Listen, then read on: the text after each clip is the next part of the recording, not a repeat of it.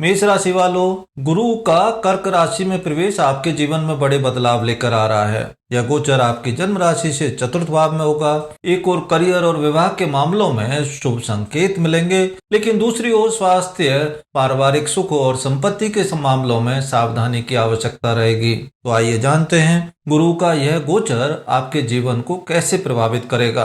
चतुर्थ भाव में गुरु का गोचर सामान्यतः मध्यम फलदायक माना जाता है। इस दौरान आप शनि की 7.5 के प्रभाव में भी रहेंगे, इसलिए कुछ मानसिक दबाव और पारिवारिक चिंताएं बढ़ सकती हैं। हालांकि राहु का गोचर एकादश भाव में होने से समय समय पर लाभ और अवसर भी मिलते रहेंगे। जब जब सिंह राशि में ग्रहों का गोचर होगा तब गुरु के अशुभ फलों में कमी देखने को मिलेगी। स्वास्थ्य की दृष्टि से यह गोचर थोड़ा संवेदनशील रह सकता है, विशेष रूप से छाती और हृदय संबंधी रोगों के लिए, पेट और पाचन विकार के संबंध में, मोटापे में वृद्धि से संबंधित मामलों में, टाइफाइड या पीलिया जैसी समस्याएं भी हो सकती हैं। इन बातों को हल्के में ना लें। मेडिकल खर्चों में भी वृद्धि हो सकती है। साथ ही किसी परिजन के स्वास्थ्य को लेकर भी चिंता बनी रह सकती है। विवाह की इच्छा रखने वालों के लिए यह समय अनुकूल रह सकता है। रिश्ते आने या विवाह की बातचीत आगे बढ़ने के योग बनेंगे, लेकिन पारिवारिक क्लेश भी बढ़ सकता है। विशेष रूप से पिता के स्वास्थ्य और सम्मान के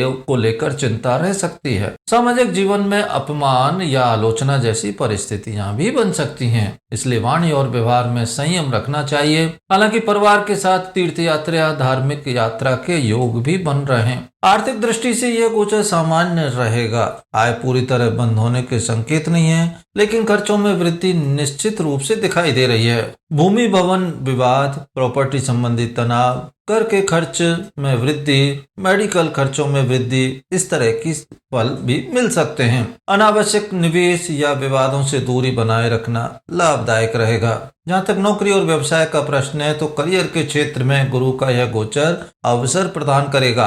नई जिम्मेदारियां और नए अवसर प्राप्त हो सकते हैं। कार्यस्थल पर आपकी योग्यता और अनुभव को प्रशंसा होगी। उच्च अधिकारियों का सहयोग मिलेगा, लेकिन सहकर्मियों के साथ कुछ गलतफहमियां भी पैदा हो सकती हैं। इसलिए कार्यस्थल पर धैर्य और संतुलन बनाए रखें। व्यवसाय करने वालों के लिए समय स्थिर रहेगा। बहुत बड़ी उन्नति नहीं है, लेकिन गिरावट भी नहीं दिखाई दे रही है। जो कार्य चल रहा है उसी पर ध्यान केंद्रित करें। साथ ही टैक्स रिटर्न, ऑडिटिंग, व्यावसायिक खर्च, इन मामलों में लापरवाही बिल्कुल ना बरतें। विद्यार्थियों की दृष्टि से देखें तो यह समय उनके लिए मिश्रित परिणाम देने वाला रहेगा। आलस्य, टालमटोल और गलत संगति से बचना जरूरी है। विशेष रूप से विज्ञान, कंप्यूटर और तकनीकी विषयों के विद्यार्थियों को अच्छे अवसर मिल सकते हैं। यदि आप मेहनत करेंगे तो परीक्षा में बेहतर परिणाम प्राप्त होंगे। जहाँ तक उपायों का प्रश्न है तो गुरु के अशुभ प्रभावों को कम करने के लिए पहला उपाय है 7 और 10 रुद्राक्ष धारण करें। दूसरा उपाय है भगवान शिव और गणेश जी की नियमित पूजा करें। बृहस्पति के 27 यंत्र की स्थापना करें। मंत्रों में ओम ब्रीम बृहस्पति नमः,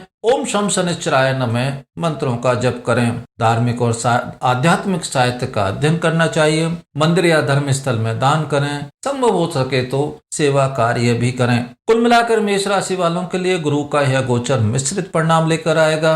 जहां करियर और अवसरों में वृद्धि होगी, वहीं स्वास्थ्य और पारिवारिक मामलों में सावधानी रखना आवश्यक होगा। यदि वीडियो पसंद आया हो तो लाइक करें, शेयर करें और चैनल को सब्सक्राइब अवश्य करें।